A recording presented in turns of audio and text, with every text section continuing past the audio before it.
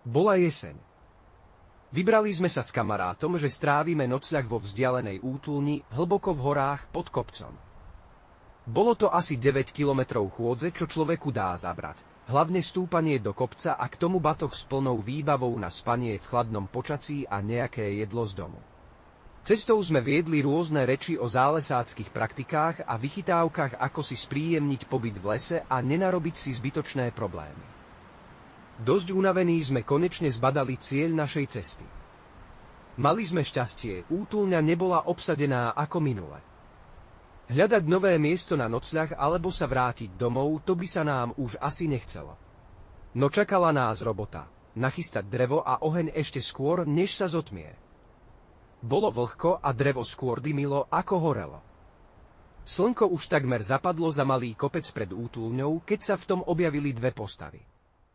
Keď podišli bližšie, boli to uzimené ženy, asi matka s dcérou, ktoré sa vydali na túru. Opýtali sa nás, či sa nemôžu ohriať pri ohni. Samozrejme, ochotne sme ich pozvali. Boli oblečené dosť naľahko a utrúsili poznámku pri pohľade na nás, že aj oni sa mohli lepšie vybaviť na prechádzku. Potom sa rozlúčili. Ženy pokračovali ďalej, akoby hlbšie do lesa, čo bolo zvláštne, veď sa onedlho zotmie. Len tak sme pokrútili neveriacky hlavami a mávli rukou. Zrazu nastala tma, nie úplná, ale dalo sa ešte pri takom slabom svetle pripraviť si nejakú večeru pri ohni. No chvíľočku a zase svetlo. Neverili sme vlastným očiam, čo sa to len deje. Otočím sa a to len slnko obišlo kopec a znova začalo na nás svietiť. Deň akoby vôbec nechcel skončiť, alebo len čas začal plynúť pomaly. Akurát bolo to obdobie, kedy dozrievajú bukvice a neustále padajú na zem. Hovorím kamarátovi, okoštuj, chutí to ako nejaký orech. Pracne som ho olúpal a podal mu ho. A naozaj je to celkom chutné, povedal, na rozdiel od žaluďov, ktoré sa musia prevariť a aj to nie je bohviečo. Slnko už naozaj zapadlo. Osvetľoval nás už len oheň. Začali sme teda opekať a rozprávať si rôzne príhody. Odrazu začal poletovať sneh. Rozhodli sme sa teda ustlať spacáky v útulni. Ľahli sme si na prične a nie zaspať. V cudzom prostredí mám dosť problém zaspať. Pozerám do stropu, už je to celá večnosť. Kamarát už poriadne zarezáva, ten sa má, pomyslím si. Zrazu akoby niečo buchlo do dverí útulne zvonka. Toto asi nebudú bukvice, čo nám celú noc bubnujú na strechu. Zrazu sa vo dverách objavil s hrôzou veľký pisk. Zhúknem na kamaráta, nech mi rýchlo príde na pomoc tlačiť na dvere, nech sa to nedostane dnu. Zrazu ma niečo trhne, som zas v spacáku a pozerám do stropu. To si snáď robí moja hlava srandu. No výborne, tak ja som už spal a zo spánku ma vytrhne sen o nejakom nezvanom medveďom nájomníkovi.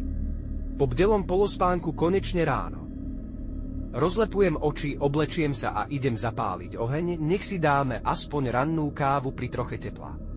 Len čo sme usadení a držíme teplé nápoje, zrazu začujeme nejaké zvuky v diaľke. Hádame, čo by to mohlo byť. Kamarátovi to pripomínalo hučiacu pílu, mne skôr nejaký škrekot. Ja len dúfam, že ten sen nebola nejaká pretucha blízkej budúcnosti. Tie zvuky sa o niečo priblížili nie natoľko, aby sme videli, čo ich vydáva, ale už sme ich vnímali rovnako.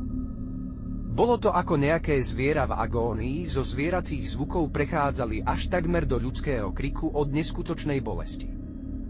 Stúhli sme obidvaja. Neveriacky počúvame smerom, odkiaľ zvuk šiel. Skúsim to aspoň zaznamenať na mobil. Pustím nahrávanie.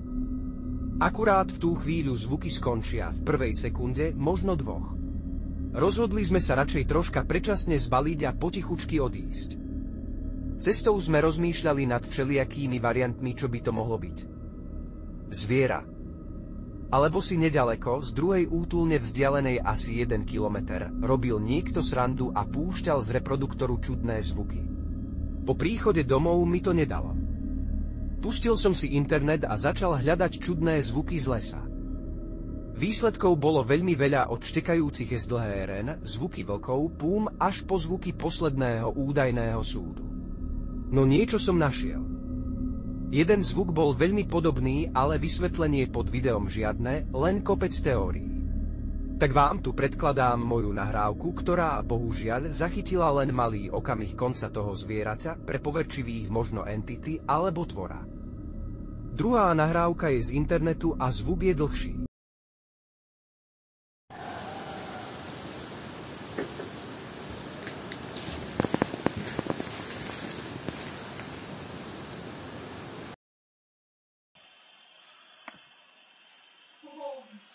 Know what that is? I don't know. Scary shit.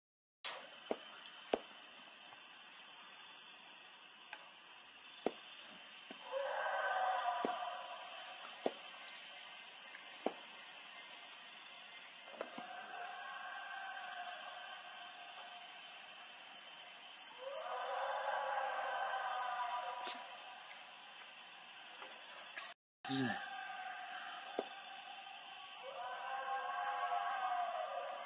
What the f?